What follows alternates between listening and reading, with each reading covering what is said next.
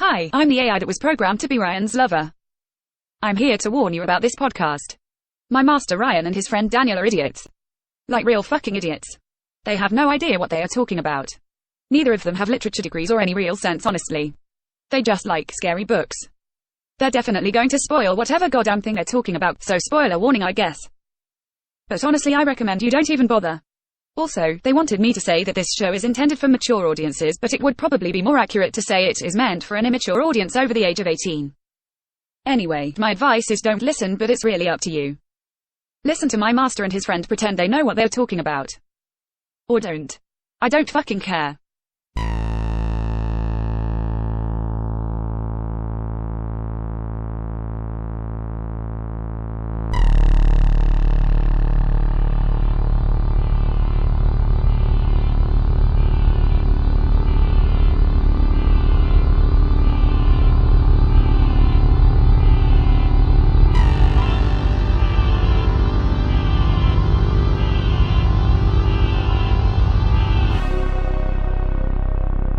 Welcome to episode 3 of the Horror of Babylon. Today we are wrapping up our discussion on The Stand, the novel. We're discussing book 3. Say hi, Daniel. Hi, Daniel. Thank you very much for being with me here this evening. There's no place I'd rather be. Oh, yeah. Alright, so we're just going to go ahead and jump into it.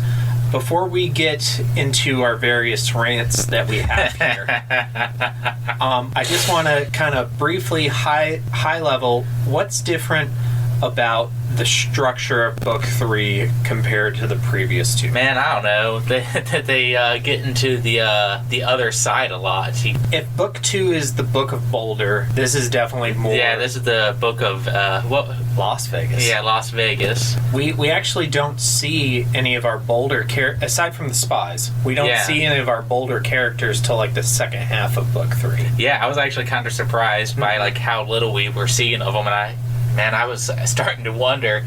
Man, I wonder if they are ever going to make it there, because there wasn't that many pages left. I kind of envisioned that book 3 would kind of be this Lord of the Rings-esque journey of our 4 guys from Boulder to Las Vegas, and kind of their trials and tribulations. I was expecting Samwise and Frodo. Yeah, and this is not what that was. I was expecting that Sam and Frodo and Gollum marching through Mordor to destroy the ring. And there are parts of that I like and parts of that I not so like. Yeah, I'm sure we'll get into that soon. Of course. And then just kind of our themes. I would say most of our same themes kind of carried on from book 2, maybe not in terms of the end or the wrap-up, but overall. I think the wrap-up focuses on what I was thinking was more of a sub-theme and kind of makes it its main theme, but I'll get into that when we get towards the end. So normally we would go from structure and theme into characters, but before we do that, I want us both to just kind of give our overall thoughts on book 3, because if we don't, I feel like that's going to seep through into the following discussions. And then when we're done, after we've kind of talked through everything, we can give our overall feelings again and see if there's any change. Okay. But go ahead. All right, well, I was sitting there reading the book at work, and I get a message from you saying, "This book is effing stupid." You can say fuck. And I'm sitting there like, Lord knows I did. And I'm going, oh, okay, I wonder what happens. And then I literally get to the next chapter and go, oh, there it is. So, here's me starting this book. So, the first chapter, the judge dies.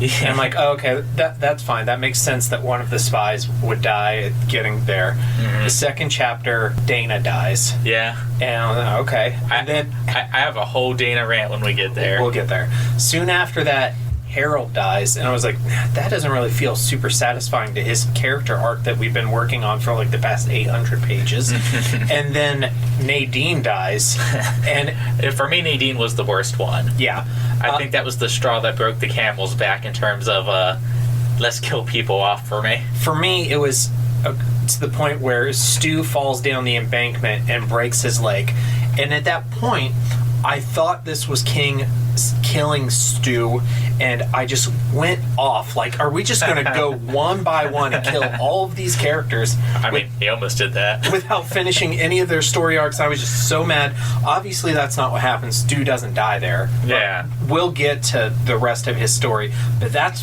what initially, like, super set me off. And that's the impression he leaves you with at the end of that chapter. He wants you to think that's where it's going. I thought it was meant to be like the book's big shock death. A lot of books have that. Yeah. They have that, oh, this was the character you thought was going to make it, and then they don't. Especially in horror, that happens a lot. Yeah, and he ends that chapter with one of his famous stingers. And he says, and they never saw Stu Redman again. And you know, I've read enough King novels, I should have known what that meant. Yeah. I'm kind of embarrassed that I got sucked into that. No, I mean, it's good that we got sucked into it. I mean, that's what you're supposed to have. That's a telling for the quality of the writing, but... So just kind of continuing my journey with book 3. So I was a little off kilter. Obviously, soon after that, I realized that, Stu's not dead. Something's going to happen. Then, they get to Las Vegas. Glenn dies. And then they're putting Ralph and Larry in these cages that are going to literally pull them apart. And then all of a sudden, the book's over. I'm like, the whole thing with the trash can man and the bomb happens. And as I'm reading that, I'm like, wait a minute. This is the climax of the book. This is the end of Randall Flagg. This is the end of the story, but there's still like 100 pages left. And I'm not sure there needed to be, at least with where it went. I'll get into that. But that was kind of the nail in the coffin for me. I'm not saying that I hated book 3 or anything like that, but I definitely kind of finished it feeling unsatisfied and unsettled. I don't hate the ending or the climax itself, but it was so brief. I will say that there is this huge stereotype that Stephen King doesn't know how to end his novels. Me and Ryan both strongly disagree with that. Yeah. We think it's an overstated critique of his work. Yeah.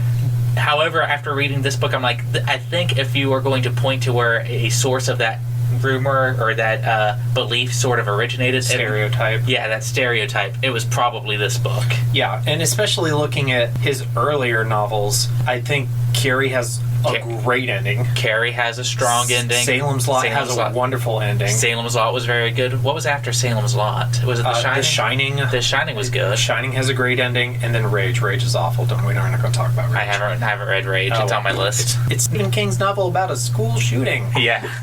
We're not going to talk about that. That's my next book.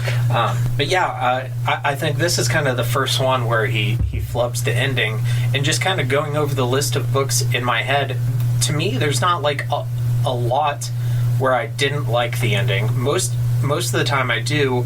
The only other ones that are sticking out in my mind that I didn't particularly care for the ending are the Tommyknockers and Cell. I'm an apologist for Stephen King, but and again, I know I've said this a million times, we'll get into it once we get there, but it seems like he flubbed on his own themes. I'm not a literary analyst. I'm just a guy who likes horror novels. I like storybooks. Yeah, so I can only give it to you from like my undergraduate perspective. But from my undergraduate perspective, I was like, this doesn't make sense with everything he was setting up. But I'll get into that once we get there.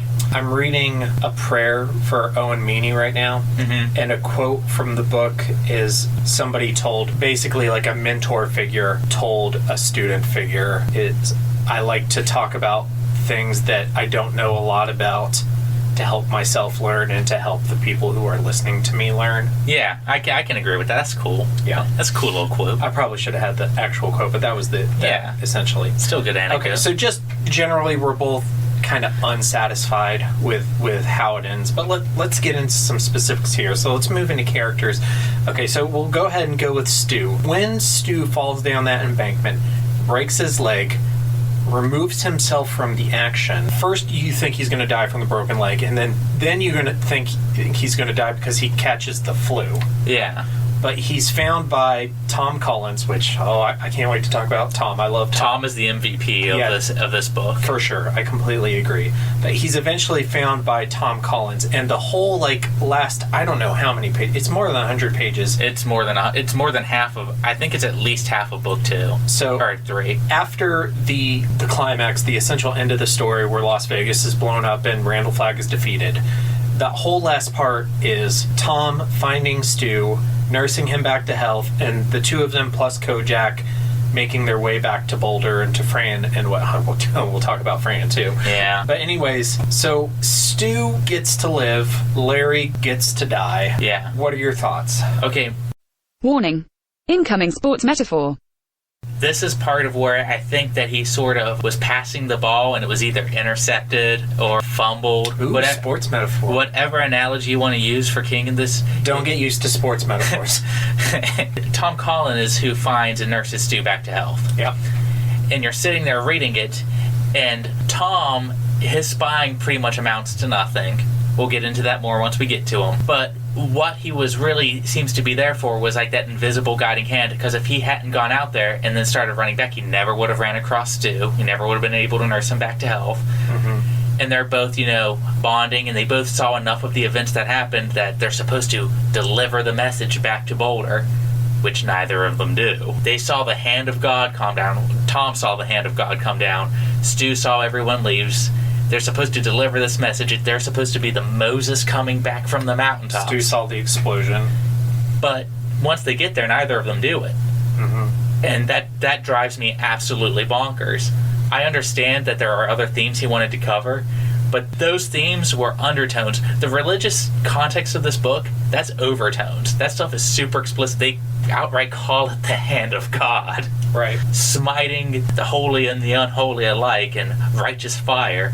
And he doesn't do anything with it. And he sets it up to, but instead it's just, I almost died, but now I'm not dead. Stu really has no purpose in the latter half of this book. Now, I'm not upset because, like I said originally, I was upset when I first got to that point where he breaks his leg because I thought he was going to die. Mm-hmm. And now, reflecting on it, it may have been better if he did die because he had no actual role in the story in the latter half of book 3, but also at the same time, I like Stu, and I'm glad that he had a happy ending. He either needed to die or he needed to be used to follow through with the religious overtones. Right. And even if you don't want to make it, let's say, super Christian-y, mm-hmm. you can still make it spiritual in that very vague, I want to sell beads on Etsy sort of way. I don't know.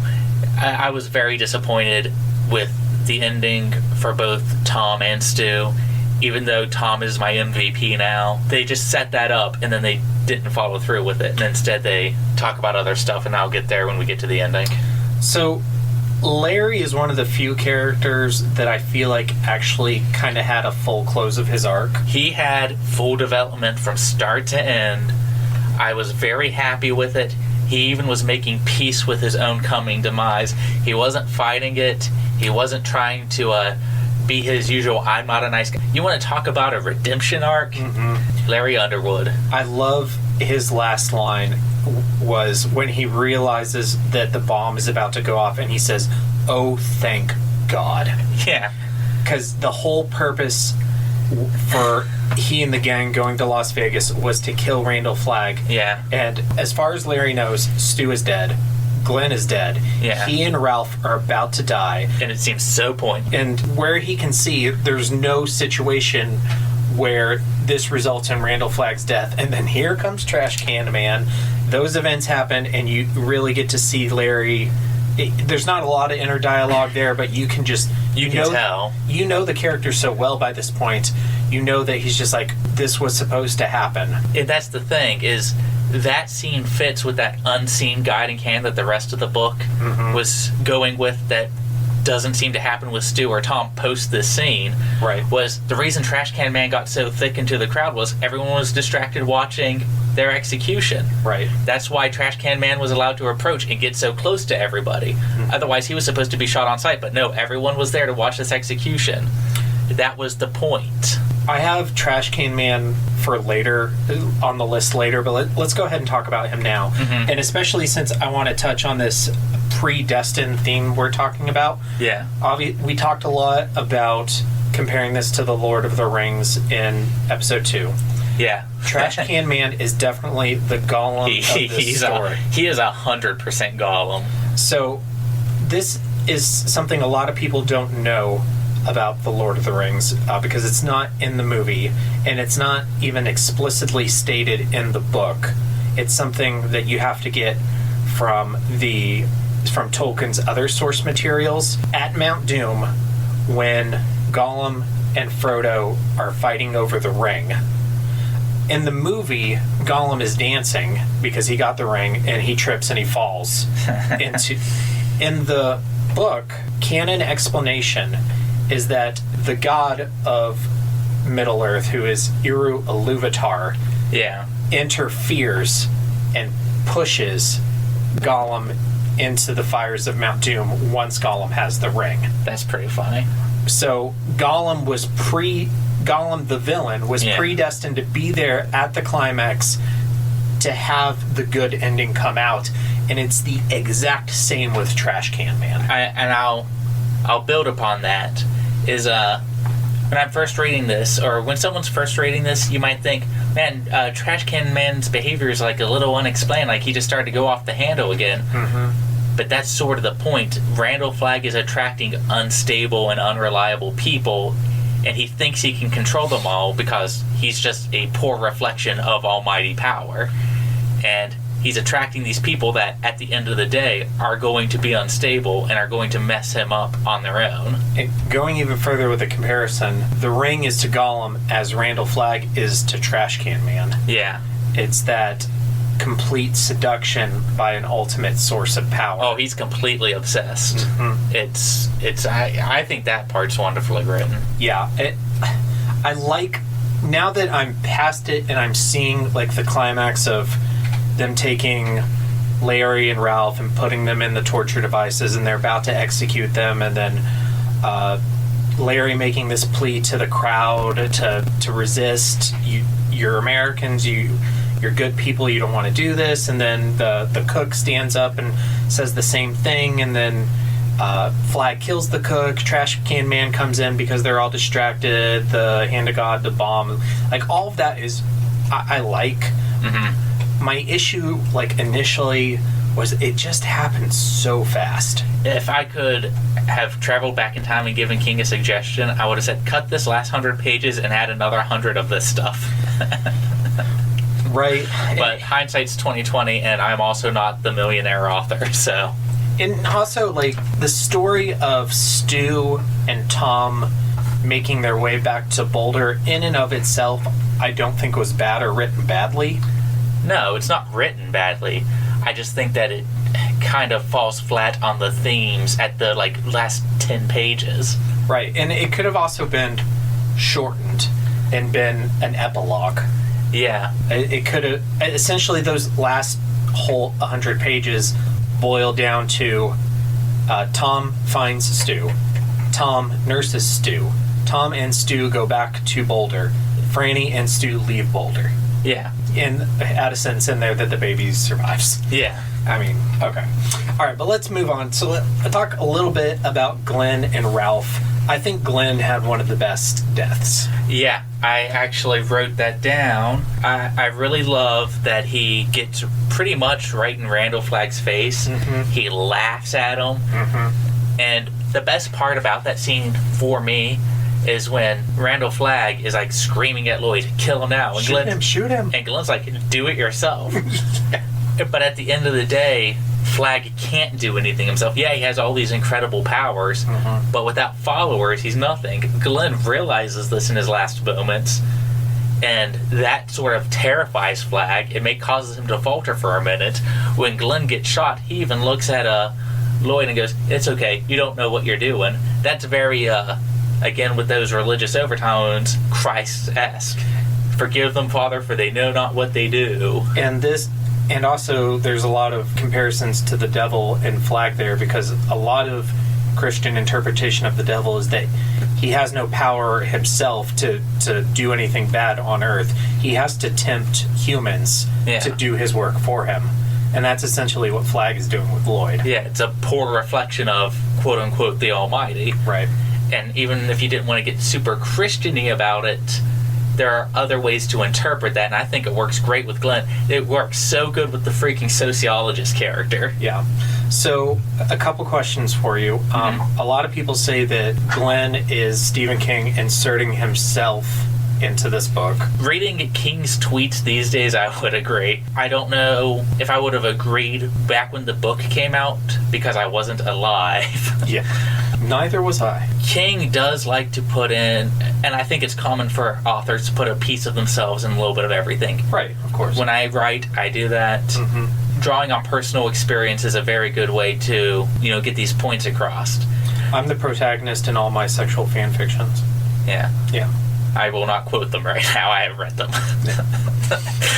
But I'd say, yeah. I can see... I didn't think that at the time, but I can see King in there now that you mention it. Okay, question 2. As Flag and Glenn confront Glenn, Glenn finds that Flag really has no power over him. Is that a piece of evidence to the fact that Flag is losing his power, and that had they met earlier in the story, Flag would have been able to influence and scare Glenn? Or is it B, does it say something about Glenn and his outlook on the world that Flag cannot influence him? I think it's a little column A, a little column B. A big contributing factor, I think, and Glenn outright states this, is that was part of the point of the walk, was to purge themselves of all of these negative thoughts, all of these attachments. It was a very spiritual journey. That's why they had to go with the clothes on their back. They had to walk. They couldn't bring food, they couldn't bring water, they could only consume what they find. Yeah, and that was cleansing of his system. It didn't destroy his worldview. He still very much was the sociologist till the end. He believed the things he believed. I'm not knocking him for that. No. But his worldview was expanded. And I think that that's something not only in novels, but people in real life, they have their perspective and they don't do anything to try to expand it once they've solidified it. And I'm not saying you need to go on a spiritual fast to get this perspective, but I will say that worked for Glenn. Right. Okay, so moving on to Ralph. I don't want to say that every character, has to be a Frodo with this clear starting endpoint character arc, but what to you was the point of Ralph's inclusion in this story? You want my honest opinion? Yes. I think King wanted another person. I think... Then why could it have not been Fran? Oh, sorry, go. Yeah. I think King had some sensibilities at the time that have gotten better. Well, I'll get to this when we get to Dana. But for some reason, he's like, well, okay, it needs to be the group of the dudes, and who's left? And Ralph is still alive. He's like... Ralph is still alive. I don't know if he purposely, again, I'm not a literary analyst. I'm sure someone out there has a wonderful explanation that I will be more than willing to read if you link it to me. But I'd bet dollars to donuts he was there because he was who was left. Okay, and I actually do have an explanation that I will get into. If we just look at the climax scene in Las Vegas, the execution, if we take Ralph out of that and it's only Larry, does anything change? The only thing that changes is you get a glimpse of Larry's sensitivity towards other human beings. He's very comforting towards Ralph, but that could have literally been any character, because that was the point of Larry's journey, was to not be so egocentric.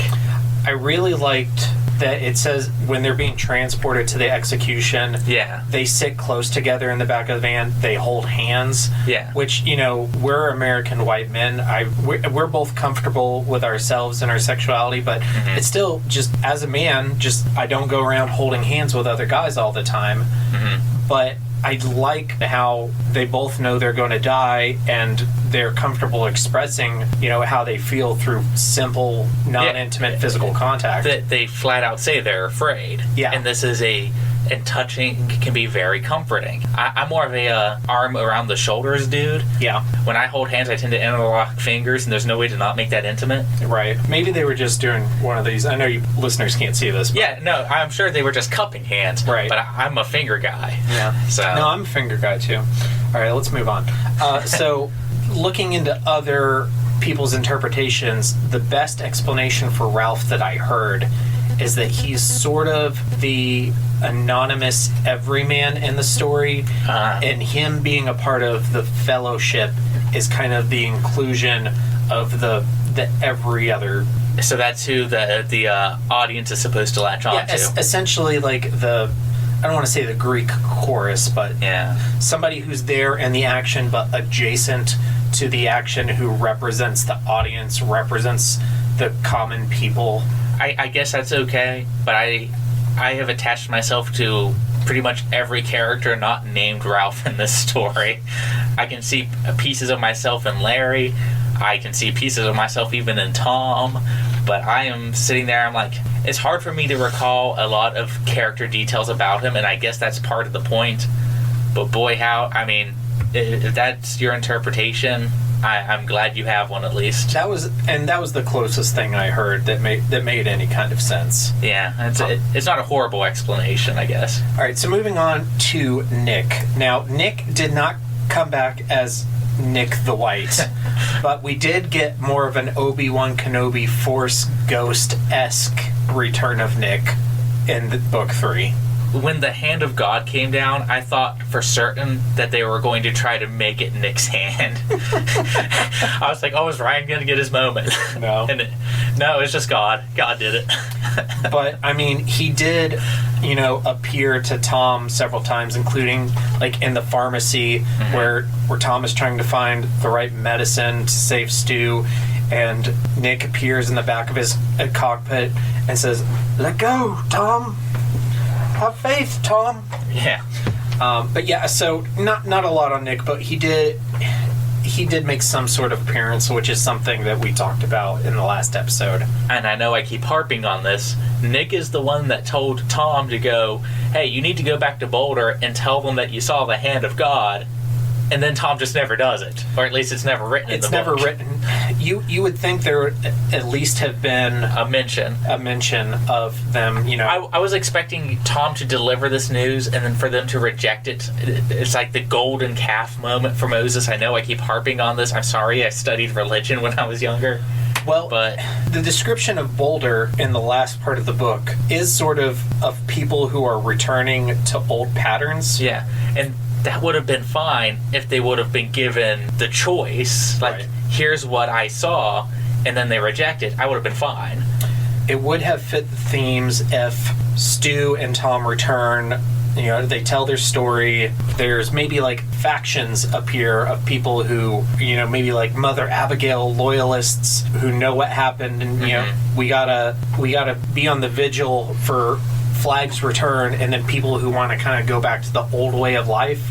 Yeah. And for like Stu and Fran and Lucy and Tom and a few others to kind of take some of their Mother Abigail loyalist types and go form another. Because Tom and Stu flat out talk about how they're like, Flag is never gone. Mm-hmm. They flat out have that conversation, but it's never brought up to the people proper. I'm just disappointed in that. I'm going to stop harping on it. And of course we know, because of the epilogue, which was not in the original book, that Flag is alive. Yeah. And went to South America, I think they said, or maybe they didn't even say. He's somewhere tropical. Okay, so Dana. There is a lot to talk about with Dana. So actually, let's talk about the judge real quick. Yeah, we'll do the judge first because Dana's better. Yeah. So it made sense that one of the three spies... I think it set up how much control Flag had initially. It made him seem undefeatable. Uh-huh. But it also set up like the little holes that were going to be poked in it later. Right. Because Flag finds out about the judge because of his eye. Yeah. And which is another comparison to Sauron, but yeah. We're going to talk about that all night. So he finds out about the judge. He puts people out along the borders. He says, I want him alive, or I want him dead without any injury to his face or head, because I want to send his head back to Boulder. They find him. The guy panics and just shoots him in the face a couple times. That's a flaw in Flag's plan. But Flag then just appears. Yeah. And murders his follower. The dude who messed up. Which makes him seem like so omnipresent and powerful. But it also kind of shows you that it's hard for Flag to take action himself on people that don't already believe in his power. Because if he could have done that at any time, he should have been able to kill the judge. Right. But maybe the judge didn't fully believe in his power, so he has to work through these other people right now. And then when they mess up, he punishes them. And that's the first little hole of he's not quite all powerful, when his follower messes up and he punishes him for it. And he doesn't actually kill anybody in this book until the final scene. Yeah. Where he kills the cook, whose name I'm forgetting. Whitney? Whiteley? I think it's Whitney. Yeah, it starts with the W. I feel ashamed. I literally just finished this up. He doesn't kill anybody until he kills that person, and then that is part of what ultimately leads to his downfall, because the energy that he expels to kill Whitney is just turned right back against him. Yeah. All right, so the judge was a cool character. It was kind of sad to see him go, but it was a good way to open book 3. My favorite scare is from that chapter, and I'll talk more about that when we get there. I was excited to continue into book 3 after that chapter, because it was a very visceral death. Yeah. And I was like, okay, well, that makes sense. And if one of the 3 spies was going to die right off the bat, I thought the judge was the best choice. Mm-hmm. Okay, now moving into Dana. I have a lot to say, but I'm going to let you kick it off. Dana is everything I wanted Fran to be. Yes. She is literally a strong, independent woman, cunning. She infiltrates. She was filled with self-sacrifice when she knew that her dying was the only way for them to have a even modicum of success. I'm not saying that replacing her with Fran would be 100% right, but that's what I was expecting Fran's character to become. Maybe not even dying, but just that willingness of self-sacrifice, where, at least in my opinion, Fran got more. I don't know the polite way to phrase this. PC way to phrase it, but I know what. She better echoed the stereotypes of novels from the 70s that were written by men. Yeah. Yeah. Which is weird, because Dana, I felt, at least, especially in that chapter, we didn't get a lot of her before, but we got enough. We got a good little taste. We knew about her. And in this chapter, it just solidified everything that I thought about her. And so there are 2 things in this chapter, to me, that utterly show how strong of a character she is on the inside. One is when she realizes that Flag is going to torture her to death. Yeah. And he's going to make her give up Tom. Like, she knows if she's tortured, she's going to give up Tom's name. And she just barely caught a glimpse of him, and she's like, I'm not even sure, but if I give up his name, it's over. Right. So, without really putting any thought into it, she tries to fling herself out the window. He catches her, but then the real strength moment is when she, with really no thought, turns her head to slice her own neck on a piece of shattered glass. I could not have done that. In my strongest moment, I may be a bullet through the head guy. This girl goes out like a champ. And I don't even need characters to die to go out, to be MVPs or to be champs. But that was her moment. If I could give her a little trophy, I would. It's one of the best examples I've ever seen in a book of a character losing the battle and winning the war. Oh, yeah. I mean, obviously, it turns out poorly for her because she dies. But she resists Flag to the end. She does not give him what she wants. She does not give up Tom's name. She does not even let her become like a martyr for him to use against Boulder. I really liked that she used her sexual wiles to infiltrate the group. And that's the second thing. So, she is one of the women that Stu, Fran, Glenn, and Harold rescue from the sex zoo. Yeah. Where they were drugged and abused in the most terrible ways. And you would think, if I were in that situation, I would not be comfortable having sex with anyone ever again. Yeah. But she confidently uses sex in her body as a weapon against Flag and his minions. It might not be the best or most sensitive example, but it is a example of reclaiming your own sexuality. It's definitely not realistic. It might not be to modern sensibilities. I keep warning people because I respect people who have been through traumatic experiences and might not be able to read about it. Right. But for the time, I would say that this was probably a very strong example of reclaiming yourself and controlling the situation yourself. And also, as I said, it's not realistic, but this is a fantasy story. Yeah. And it's not realistic to think that anybody, man or woman, could go through what Dana did and then be able to use sex as a weapon the way she did. But in a fantasy, we don't have to really question that too hard. Yeah. And pretty much spits in Lloyd's face. I gave you VD. Okay, so Dana's amazing. I want to talk a little. Now I want to go to Lloyd now. First, I want to talk about him in this chapter, and then we can talk about him as a whole. Yeah.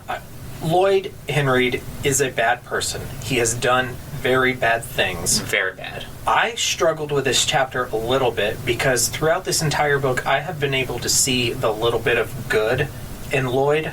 The little flaw in the stone. Yeah, exactly. And the yin and the yang, whatever metaphor you want to use. It was hard for me at some points in this book because I kind of wanted to go in there and say, Dana, he's bad, but he's not really that bad. Did it have to be Lloyd?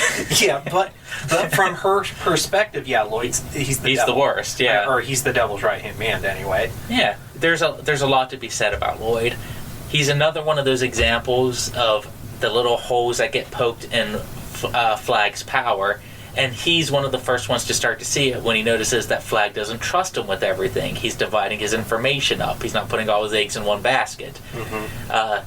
He's noticing that some of the followers that Flag has attracted are either abandoning him or messing up in very catastrophic ways. We will talk about that when we get to Trashy. Lloyd is another one, not as strong as Larry, but he does have one of the better arcs throughout the entirety of the story, where you see him in book one, he's really a super fuck up, and then he kind of finds himself more in book two and finds a purpose, and you see like a lot of the good in him, because yes, he's a right hand man to a very evil being, but they're still human beings. Right. He's found a leadership role. He's found a purpose. He's organizing this community of people. He's very proud of the school that they're running for the kids. He really takes pleasure in the other people. He has friends.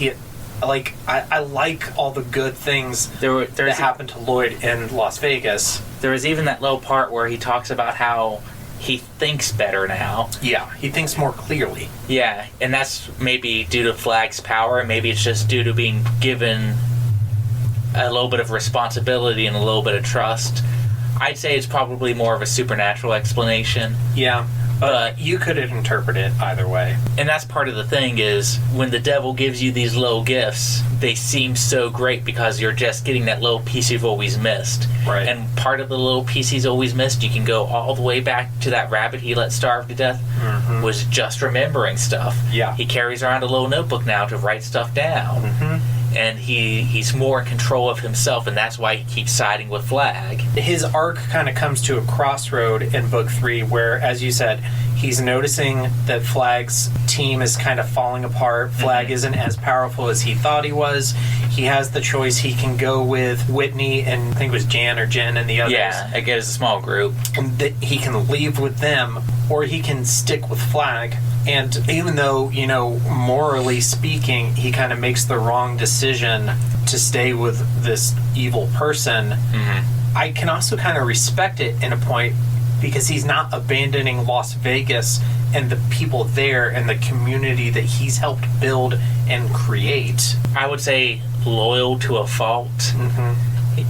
He's got this sense that this was the one person who ever gave him a chance, and so even if they lose, he has to see it through to the end. Yeah, and he says that explicitly. Without Flag, I would have died in that jail cell. So regardless of how this goes down, I'm going to go down with Flag. And part of that's a little sad. It was really sad in the Glenn chapter. Yeah. You don't get any inner dialogue from Lloyd when Trash Man comes up with the bomb. Larry said, "Oh, thank God." I would think Lloyd probably had a similar thought. Yeah, he's like, at least it's done. Yeah, at least it's done. I'm going to die, but Flag was bad anyway. This is probably how it was supposed to happen. Yeah. Lloyd has one of the saddest stories, I would say, but... I agree. Okay. So we did talk a lot about Trash Can Man earlier. So is there anything else that you wanted to add to Trash Can Man? I don't know. I think we covered him pretty extensively just as we were talking about these other characters. He's definitely the most unexpected, necessary character to this narrative. Right. I still cannot believe that the kid chapter was cut. Right. So if you look at him, all that you get from him is his first chapter in book 1. Mm-hmm. I don't know if the entire kid chapter is cut from book 2, or if you get where Trash Can Man is actually in Vegas, and he interacts with Lloyd and there's the crucifixion. That may have been in the original story. Yeah. But even if it is, all you get is that first chapter in book 1, that part in book 2, and then his parts in book 3. Like, it's not a lot of pages. It's not a lot of ink spilt. In book 3, there's a scene, and it turns out to be super important. He comes back to he goes off into the desert, and he keeps finding these toys, and he brings them back to show them off. He finds, I think it's not a firecracker, it's one of those, it's like a bomb. Yeah. It burns at an intense heat, and he's playing with it, and he's showing it off. And then people kind of tease him a little bit, like back when he was in his old hometown, saying, oh, if you play with fire, you wet the bed. And they're just ripping him because they see him as like their friend. He's like the cute little mascot. Right. But in his head, that causes him to sort of snap a little bit. Don't ask me about that burnt-up pension check. He plants bombs, not just in a bunch of oil trucks. Helicopters. He does it to the helicopters. He completely kills all the pilots. It destroys all of Randall Flagg's plans to invade early and destroy Boulder. And it makes it so he has to put it off to at least spring, because if they try to invade now, they're going to get caught in the winter snow. In the same way that Gollum derails Sauron's plans by bringing Frodo and Sam into Mordor and guiding them to Mount Doom. Now, there is one little part that I didn't like in the book. And that was, I'm reading it, and they talk, and Trash Can Man's like thinking about he got stung by a scorpion in the finger, and he's like, did that start to mess with my mind a little bit? And I'm sitting there reading it going, I don't think that was necessary. I don't think you needed an additional explanation for why he would do something to hurt Randall Flagg's operations. Right. The fact that he was just unstable and someone said the exact wrong thing, I felt that was enough. Me too. I think that maybe King thought maybe it wasn't enough, so I need to add just a little bit because people aren't going to believe he just betrayed them. Or maybe he just wanted out a scorpion. Sometimes scorpions are cool. They are. I also like he goes and he sniffs out a nuclear bomb because he's like, if I find like the biggest bomb, Flag will forgive me for destroying everything. Him retrieving the bomb, at least to me, felt very much like a descent into hell. It was like going to hell and back for his master. He comes back, his teeth are falling up, he's shitting out blood. He's lost all his hair. His skin is completely blackened. Is there an illustration? I'm not sure if it was supposed to be him, but I'm pretty sure it was supposed to be him, yeah. It's, poosicles. So for the listeners, I've been listening to the audiobook, but I have a printed copy with me. There it is. And I've been trying to look up the illustrations as I go. Covered in boils. Ugh. I love this artwork. Yeah, Bernie Wrightson is great. Okay, so Tom Collins. M-O-O-N, that spells MVP. Yeah. I've been waiting all night to make that joke. I was shocked by how cool Tom was and how put together. And not even just, even if you set aside the whole where he finds Stu and rescues Stu and all, before that, like, he's the only spy that gets in. You assume he gets some information. Of course, it's not relevant anymore because Las Vegas blows up. He's the only one who escapes. So my first question is, and maybe this is obvious, and maybe it's not, but why was Flag able to see Dana and the judge with his eye, but he was not able to see Tom? Okay, I don't think the book makes it 100% clear. No. It seems to imply it was because he's mentally impaired. Yes. But you could also probably interpret it as Nick looking after him from the afterlife. You could maybe interpret it as the only thing on his mind because he's hypnotized is the moon. Yep. So that's all Flag can see. But I do think that the strongest, at least just reading the book, points to is because his brain doesn't work like other people. Yeah, I think that's the level one interpretation, is that's what makes him different from the judge and from Dana. So that's why Flag can't find him. Mm-hmm. And I like everything else you said, in that it's probably all of those things. Yeah, it's a little column A through C. Going through book 3, before it got to the point where it actually explained how Flag and the Eye worked, I thought it was probably some sort of telepathic thing where Flag was able to hear the thoughts of Dana and the judge, and that's how he determined they were spies. But because Tom is programmed, he didn't get anything from him telepathically. Yeah. Turns out that isn't it, or at least that was nothing like that was ever mentioned. That would have been a simpler explanation, but this is a King book. Right. Tom also really falls into that whole theme of predestination, where he knew it was time to leave. He knew, I need to go to sleep now. I need to wake up and I need to walk now. I need to not go this way because Flag's men are that way. That whole guiding hand of God or Nick, that theme really goes well with Tom's story. And while some of the language might be insensitive and outdated, I do think the way Tom is written is very good. Right, and we said in the last episode, King uses the R word a lot, and it's not great, but this is a positive representation of a mentally handicapped character from the 70s. Pulling through and pretty much just saving the day. Yeah, and this isn't Of Mice and Men, and we won't get into that and how that book ends. Yeah. But King kind of made the mentally handicapped guy the hero. Yeah, and it comes across as believable, at least to me. Yeah. It works for the way not just the book is written, but how I feel those characters will naturally progress. And even more so than Stu, who we agree that Stu is kind of the Bill Denborough of this book, but Stu would have died without Tom. Yeah. He only got home because of Tom.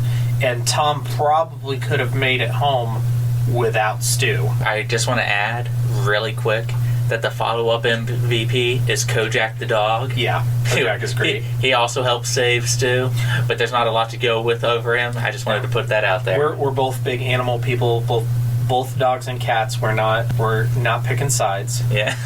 But yeah, I love Kojak. Great. Is Kojak best boy or is Cujo best boy? I don't know, but next time on Death Battle, they're going to fight it out. Really?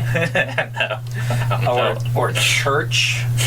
We should do like a top 10 King animal characters. Yeah, that will be for our pre-show next time. What's the name of the bull from Pet Sematary that went crazy? I'm going to have to look that one up. Yeah. All right, well, maybe we'll do a special mini episode on that. Okay. Fran is Fran. She continues down the path of where I thought she was going to go, but I hope she wouldn't. I know that she was pregnant, so you're kind of written into a corner in what she can do mobility-wise, and I respect that he didn't try to turn her into a ninja while she's 9 months pregnant. Right. But at the same time, it just gives her a whole lot of nothing to do, except at the very end, she's waiting in the hospital because she's had her baby, and big surprise, it's infected with Captain Trips, and you don't know if it's going to die, if this is going to be the end of humanity. And it's a nice final little kind of what's going to happen scare. It's very human. I can imagine being a parent in a hospital, you find out your kid is sick, and you're just waiting for the doctor to tell you they're going to die. But that's all stuff around Fran. It's nothing about her personally. And the last thing she does is go to Stu and go, I really want to leave Boulder because I really don't like how big it's getting and how it's changing.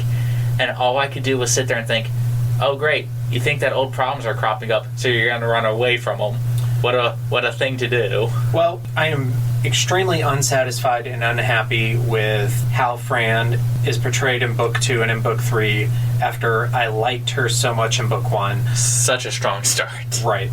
But I do kind of like a little bit that she was the one to suggest to leave, because it's established right off the bat in Book 1 that she's not a follower and she's not afraid to say, just because Jesse got her pregnant and Jesse offers to marry her, and that's probably the safe and right quotation mark decision, I don't have to do that. And similarly, at the end of Book 3, oh, we've defeated the bad guy, now we're building this new community in Boulder, and we should stay here and be a part of this. And she's like, no, I don't want to do that. Let's leave. So I think that part kind of fits her character a little bit, but it doesn't in any way or form make up for how dissatisfied I am with her. Just not even, it's not like she was in the story and I didn't like how her character turned out. She's just not in it. She is not in book 3 until like the last 3 chapters, which, as we said earlier, are after the climax, and essentially after the book itself. The story is already over. We're just kind of in this super long epilogue. A very long epilogue. I would have liked time to be spent elsewhere. I do appreciate the little Captain Trips scare at the end. Yeah. I appreciate it, but would I have replaced it with other stuff? Probably. I don't want to rant too much on Fran, because we spent a lot of time talking about her in the last episode. Yeah. So, Harold and Nadine. I'll let you start on this one, because I know how you feel about Harold. I will say that Harold's death was very well deserved. Yes. On their way to Vegas, they slip on a unexpected oil spill. Unexpected to Harold. Yeah. He breaks his leg, and Nadine goes, "This was my way of having you die.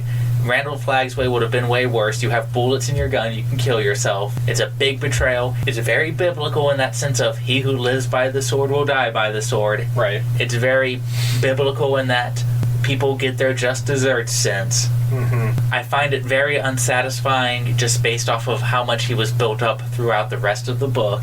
I do like that he stays Harold to the very end. Right. He writes a bunch of philosophical nonsense, and then he reads it back to himself and goes, "This is bullshit."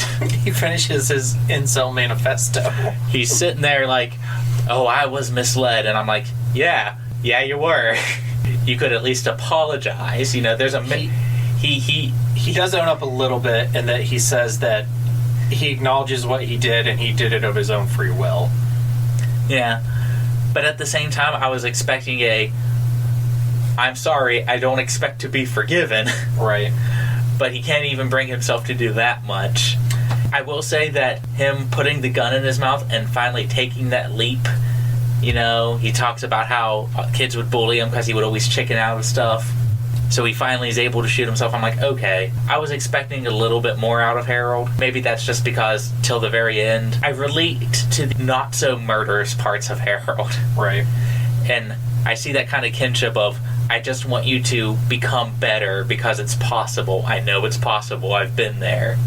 So Harold's death was kind of the first note in my disappointment in book 3. Yeah. Where it basically the exact same thing that you said, where so much ink is spilt on him in book 1 and book 2, and then he just dies. I thought he was gonna play a bigger role, and I don't want to make it sound like I had an expectation and King didn't meet my expectation, therefore I don't like it. Yeah. But based on the amount of time we spent with him in the first 2 books, I really feel like he should have had a larger role in the last book.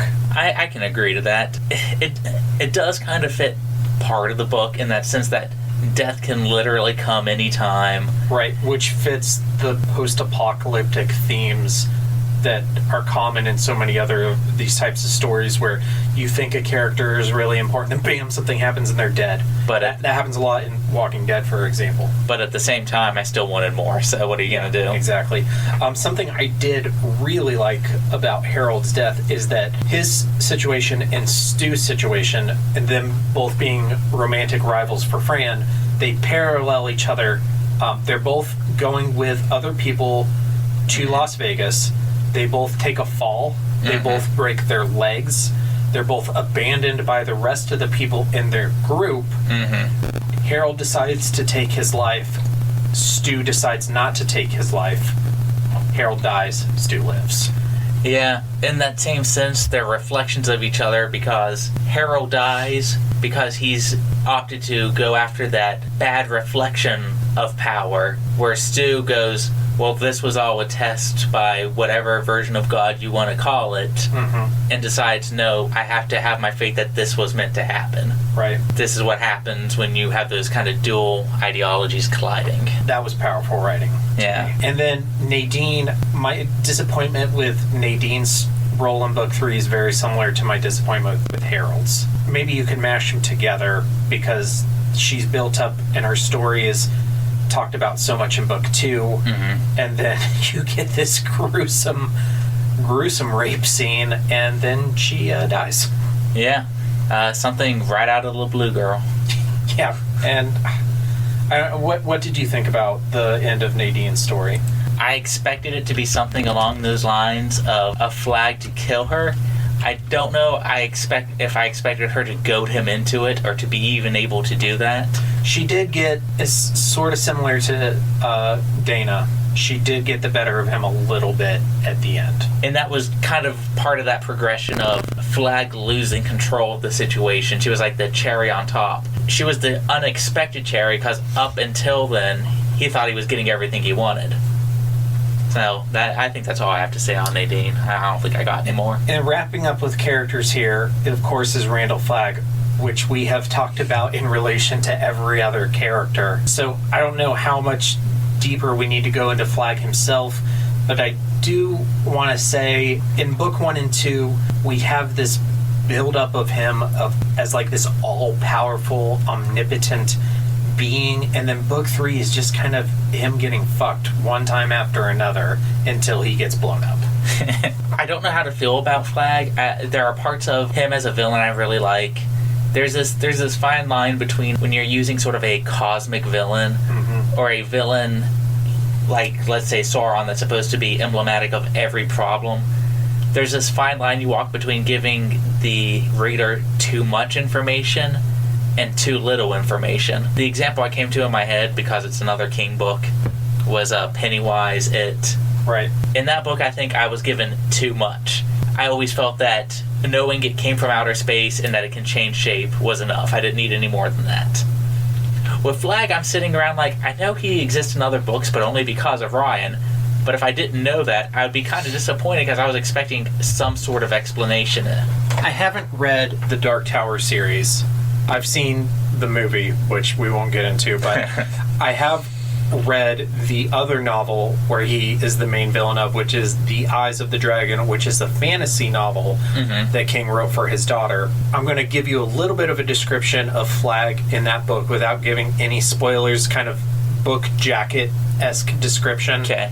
So it takes place not on Earth, in a fantasy world. Yeah. Where, in a kingdom where the king is kind of incompetent, and the opposing forces here, our protagonists are the king's 2 sons, who are going to inherit the kingdom from him when he dies, and the antagonist is the dark wizard Flagg. Okay. Who is the king's advisor, who we find out is trying to advise the king into bad decisions and basically, trying to push the kingdom towards war, trying to create a situation where an epidemic could break out in the kingdom. He thrives on chaos and death and sadness and fear, and he tries to manipulate the king from behind the scenes to have these things happen, and, to be thwarted by the king's son, primarily his first son.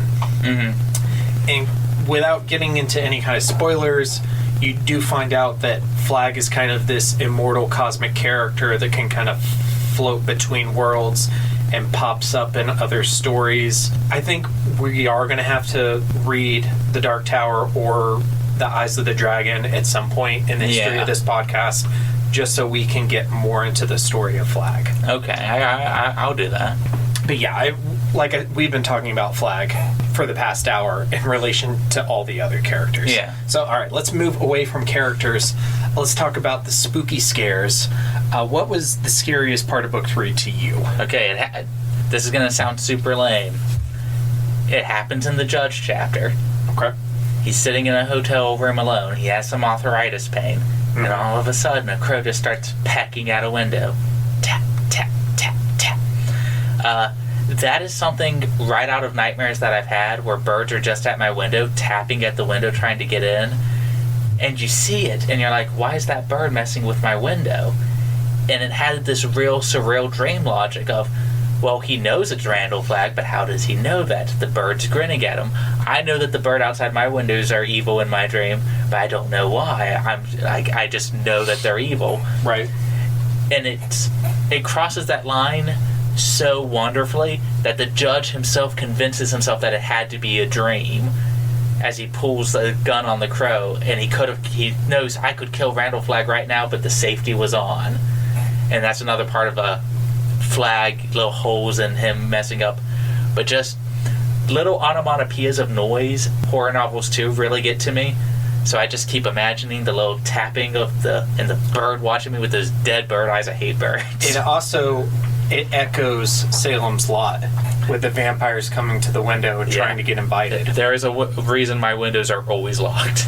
So right after I read that, I went somewhere with Beck and the kids, and we pulled up into the parking lot of the store or whatever we were going, and as soon as we stopped, a crow came down from a power line and landed right next to our car.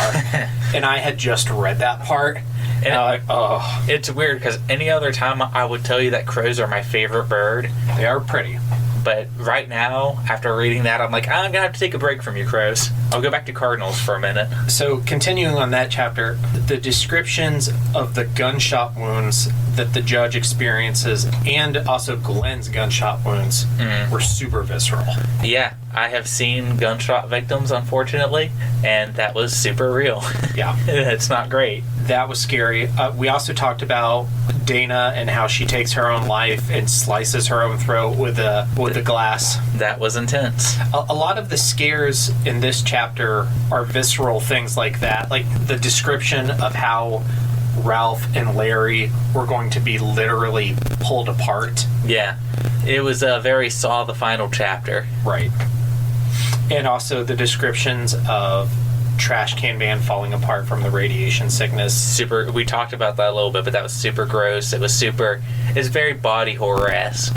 Normally after scares, we talk about, our least favorite things and our criticisms and what we would change. We're going to kind of table that to the end when we go over our final thoughts on the book again, because I also think we've gone over that a lot just throughout our rants. We've definitely been more negative in this episode compared to the other two episodes. Yeah, so we'll come back to that. But talking about sex in book 3 of The Stand, this is one of the big emblematic scenes from this book for me, is the sex or rape scene between Randall Flagg and Nadine. What? I remember I was texting you. I was like, what did she expect? And you were like, I don't think she expected demon cock. And I'm like, after all these dreams and visions, that's 100% what I would have thought was coming after me. Yeah, well... And they get super descriptive. They even talk about how it feels when he's coming inside her. It's molten pig iron. And I'm just like, man, that's great. Can I get another chapter of this? I have very different reactions to this scene. I thought it was fucking gross, but funny at the same time. It was definitely gross. It was definitely unsettling. Yeah. I think I might find it funny on a second read-through. You got to remember, Ryan's a good boy and I'm a sicko, so... I'm a little bit of a sicko, too. For scenes like that, for me to find humorous, they have to be so absurdly off the wall, like the kid shoving his gun up trash can man's rectum. Yeah, I thought... I was picturing it super absurd, but maybe that's just the way my brain imagined it. So... It was a rough scene. So other instances... So we talked a little bit about Dana and Lloyd, and Dana using sex as a weapon, and... Maybe it's not super realistic, but it did show a source of strength for her as a character. I do like how King described her fake orgasms. I can relate to that. Yeah. I can relate to being a bad lover. So in book 3, we get the return of Lori, who is the girl that Nick has sex with in book 2, but ultimately he and Tom kind of abandon her. Yeah. And she interacts with rat. Wholly racial and sensitive stereotypes, Batman. Yeah. I am the Nigerian wielding a sword. So talking in my thick accent. In 2021, one of the major criticisms of this book is that the cast is not racially diverse. Basically, they're all white except for Mother Abigail, who is kind of the magical black woman stereotype. Yeah. The voodoo woman, but in kind of a Christian voodoo woman. In a Christian sense. Yeah. And then the other black character is the Rat Man, who dresses like a Nigerian pirate and refers to himself in the third person. And I am not one of those people who need racial diversity, and I am a white guy, so I have been represented. But at the same time, when I see that, I'm like, ooh boy, maybe don't do that one. I cracked up when I read it, but I don't know if that's the reaction that was going. It's not even... The issue isn't so much that the book isn't racially diverse, but the issue is that the two non-white characters are terrible stereotypes.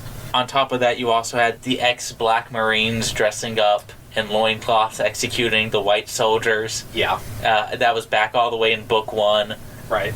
And sadly, like, this book was published in the 70s, and then there was a second edition, an expanded edition published in 1990, basically an opportunity to change some of this stuff, and he didn't. Granted, that was 31 years ago. I do think I'm not one of those people that needs an author to evolve with their audience, but I will say that King has done a very good job of doing that. Right. If you read a more recent book of his, it's like black and white, night and day. The only reason I bring these issues up is because I'm aware of modern sensibilities, and if people don't know about some of this stuff going in, they might, be taken aback. I mean, I was taken aback. I laughed about it, but again, that's not poking fun of me or my history, so maybe that says something about me. I don't know. Maybe it does, and maybe it doesn't. And like you said earlier, we are two white guys, and we don't need any more representation because we've been represented pretty well through all the fiction and media that we've experienced.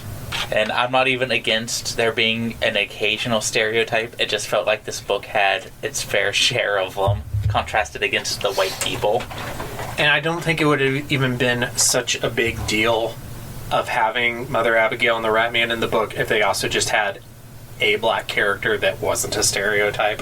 Yeah, that helps contrast stereotypes. And also, race isn't core to any of the characters at all, so it would have done nothing really to the story to make Stu or Fran or any of them really a person of color. Yeah. Right. All right, but moving on. So what did you think about Lori and the Rat Man propositioning her? Like, you want to get out of here and have some fun with the Rat Man? Yeah. No one wanted to have sex with the Rat Man, not even Lori, and I think that says something. There was a point in the book where she said something like the Rat Man was the only person in Las Vegas that was too creepy for Lori to sleep with, except for maybe in a pinch. Yeah. So moving on from sex, normally we talk about religion here and how it's relevant to the story, and we've kind of been talking about that. I think we've covered that from start to finish. The only thing I'd say is at the end of the book, instead of finishing up with the religious overtones, he instead goes back to those social undertones of people repeating the same mistakes. And I just really feel that you could have done both. You should have done both because you set yourself up to do both. But he kind of just drops religion right at the end. Now we're going to kind of wrap up. And I want both of us to kind of give our final thoughts on Book 3. And then we're going to give our final thoughts on The Stand, the novel as a whole. Yeah. So first, kind of after, whatever you said initially, plus this huge discussion we've had, what are your final thoughts on Book 3 of The Stand? I think Book 3 is very good at setting up tension. I think it's very good at delivering a few scares. I think it fumbles the ball whenever it comes to some of its underlying themes. Again, I am not a critic. I just read books. But it really felt out of place towards the end, and it took me out of the story a little bit. I'd probably rate Book 3 the lowest just because of the ending. I would agree. People keep talking about the boulder in Book 2, and I'm just like, I don't know, man. After that fumble, I'd probably change my jersey. I think I like Book 2 the best, but I could definitely see Book 1 being maybe the strongest written Yeah. of the three. I think book one was such a great intro. I became more invested personally in book two. Yeah. I definitely agree that book three is my least favorite. Yeah. For me, initially, I was unsatisfied and not very happy with it. As I've reflected on it more, I think I'm seeing more of the good parts of book three, but that doesn't change the fact that I was just, as a whole, kind of unsatisfied with a lot of the character arcs. Now, part of that is, we took a long time getting through this book, and because of that, I built up a lot of expectations in my head. I feel that. Yeah, about how things were going to go down with for the characters, and that really happened with none of them, except for maybe Larry. Yeah. So you could say that maybe I'm just upset because it didn't end the way I wanted it to. I don't even know how I wanted it to end. Yeah, but I feel like King set up a certain pathway, and then he just didn't follow through with it. If I had to boil it down, I'd say I have really two issues. Mm-hmm. One is that the amount of time that was spent on several characters in book 1 and 2 was not proportional to their role in the climax of the story or their end. That makes sense. I think the main one there would be Harold, but also Nadine, and even kind of Stu, even though Stu is the one that lives. Yeah. He doesn't really have any action in book 3. I agree with all that. I would love to hear contrasting opinions. Yeah. If anybody wants to give us them, but this is just where I'm coming from, fresh off of it. And then my second kind of issue is, like I said earlier, is the actual climax of the story with the execution of Ralph and Larry and the bomb and the hand of God. That all happened so quick. Yeah. I was in the climax and I didn't even know it. Yeah. Until it was basically over. And then you're given a 100-page epilogue. Yeah. So I'd say those are kind of my two. Maybe not quite that long. You know what I mean. It was long. It was a long epilogue. Those are kind of my two main issues. Mm-hmm. The Stand as a whole, the entire novel. What are your thoughts? If I gave low marks to the last book, I would liken it to a student who had a very strong start of the year and then they just kind of cruised to get their grade. Overall, I'd say that this is a very effective book. I think it's a very relevant book. I think that it's ripe for interpretation and adaptation. I know there's already 2, but a book like this I think that you can do a lot with. I think it can inspire a lot. Overall, I'd probably give it a B. I think I'm not so much on giving, books and movies grades or rankings, but B sounds about right. I think overall, I like The Stand. Yeah. If somebody said, would you recommend The Stand? I would say yes. Oh, yeah. I would give it to them, but I would give them all those little warnings, like if you're sensitive to this, this, and this, be aware it is in the book. I'm not even one of those people who think that you should have to put trigger warnings on things. When it comes to me being personal, if somebody asked me, I'd be like, okay, well, I know you. Here's some stuff that's in the book. Yeah, if you have like a sexual violence trigger, you want to go into this slow. If you're sensitive to racial issues, maybe. Yeah. Even if you're just sensitive to mass death and disease, because that's a thing now. Yeah, I think I might be sensitive to that now. So. This would not be the first book I would recommend if somebody was getting into Stephen King, though. I don't know if this would be in the top 5 I'd recommend. No, it wouldn't be. Typically, it was my first book. Yeah. And I probably wouldn't recommend, even though it is my favorite, I probably wouldn't recommend it as the first one either. I think for me, if somebody wanted a introduction to Stephen King, I would go with Salem's Lot. Salem's Lot would be my number one choice. I know I always say I have 2 answers, but my 2 answers are Salem's Lot and Carrie. Salem's Lot because I think it represents his work across the board the best. Yeah. And Carrie because it's shorter and some people don't have long attention spans. Carrie is is short compared to the other books. It also just moves fast. Yeah. And so if you want like a little quick King read to see if you might like his other books, that's the one I'd give you. And also, if you have a history with like YA novels, or if you've gone to high school, I would say it's a YA novel written well. Yeah, it's Carrie is very easily related. Now, it's about a girl who has problems at home and problems in school. Yeah. But for The Stand, I would recommend it to certain people. Yeah. I would probably recommend it across the board, but not as a First King book. That probably, I don't know if it'd make the top 10. I'd have to sit there and make a list. I would say, though, that I might be excited to go through The Stand again after some years. Books that I grade a B are generally ones I'd read again. And the thing here is that I think maybe a lot of my disappointments in this first read are because I had some expectations. Mm-hmm. When I go through it a second time and I don't have those expectations because I know how the book ends, I know everything that happens, I might be able to enjoy it more. Wrapping up, so Stephen King said in the introduction to this book, this is the number one book that he is asked about, more than It, The Shining, Pet Sematary, Carrie, Salem's Lot, more than all of those. That surprises me, honestly. This is what he says is his fans' favorite book of his.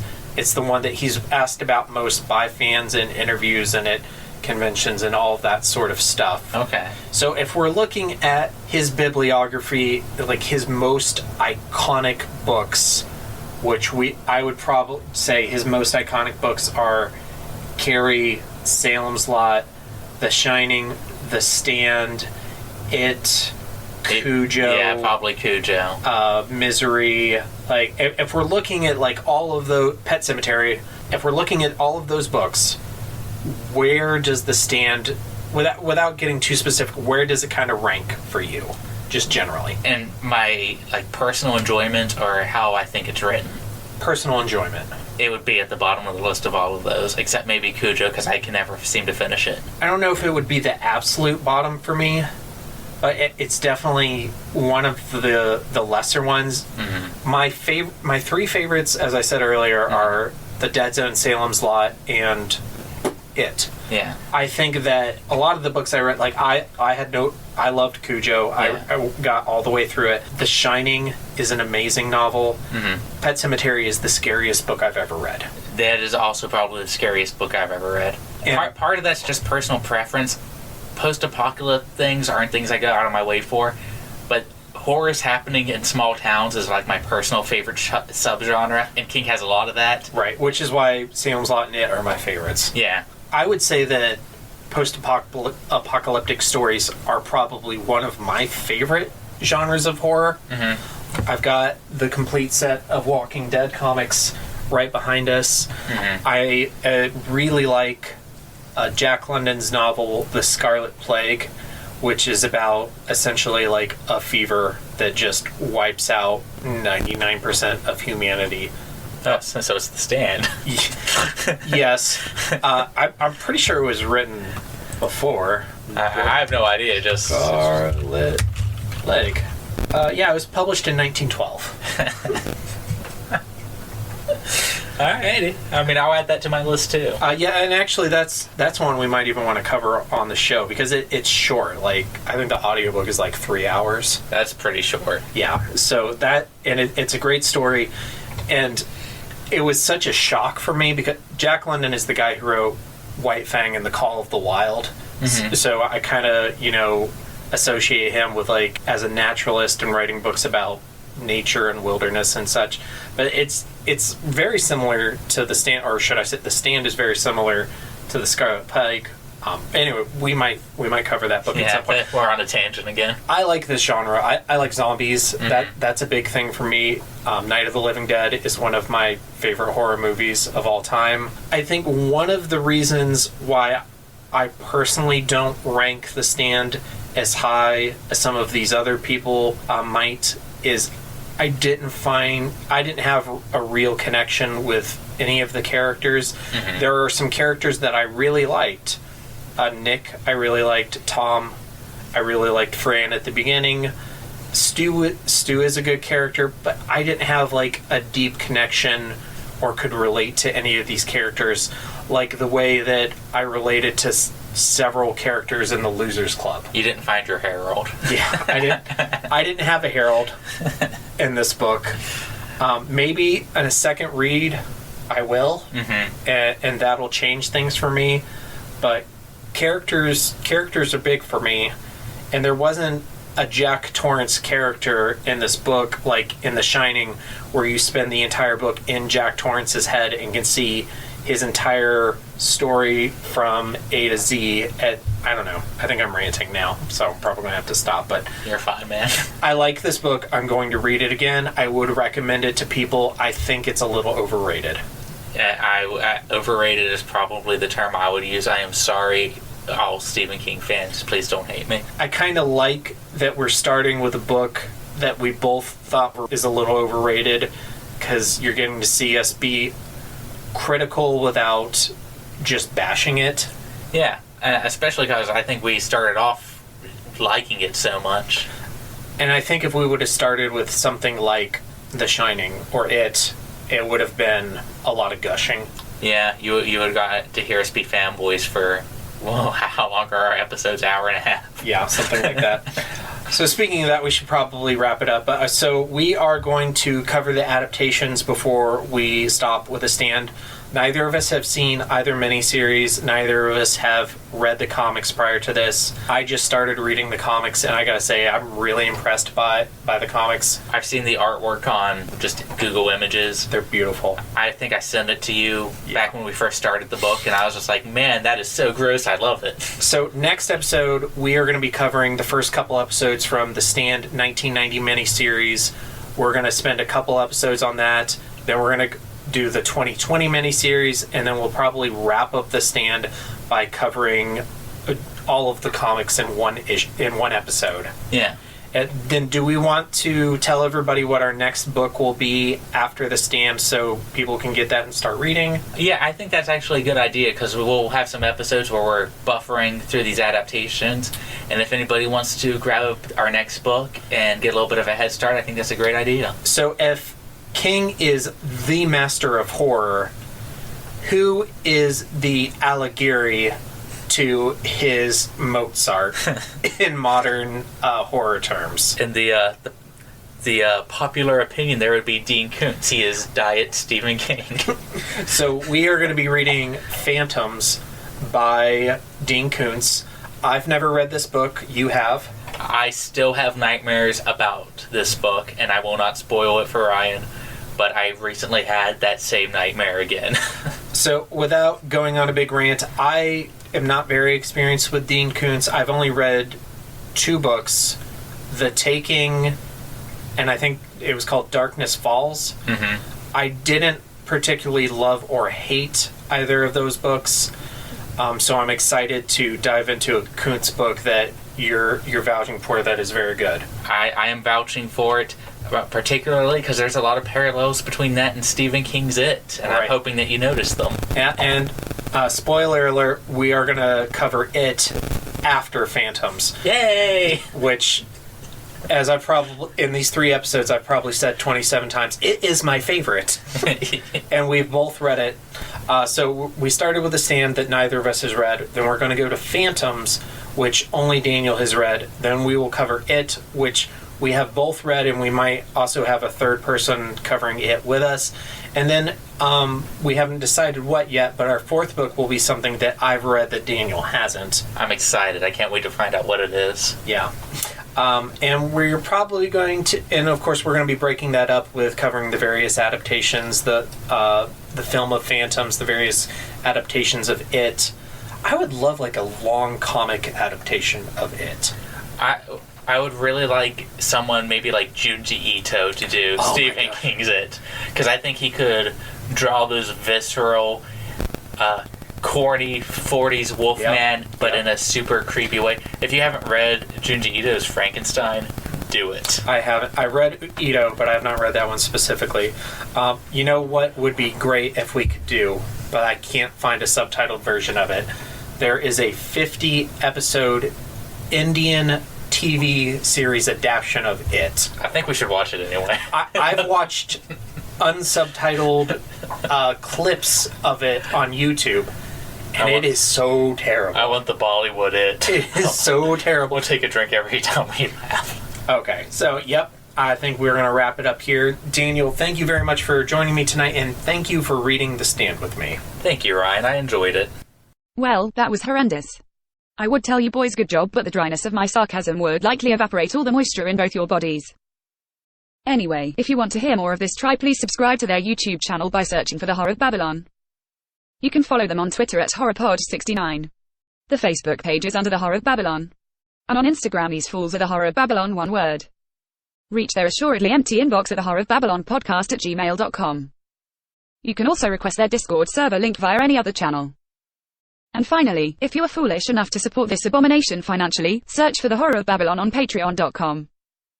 And God save your soul if you do.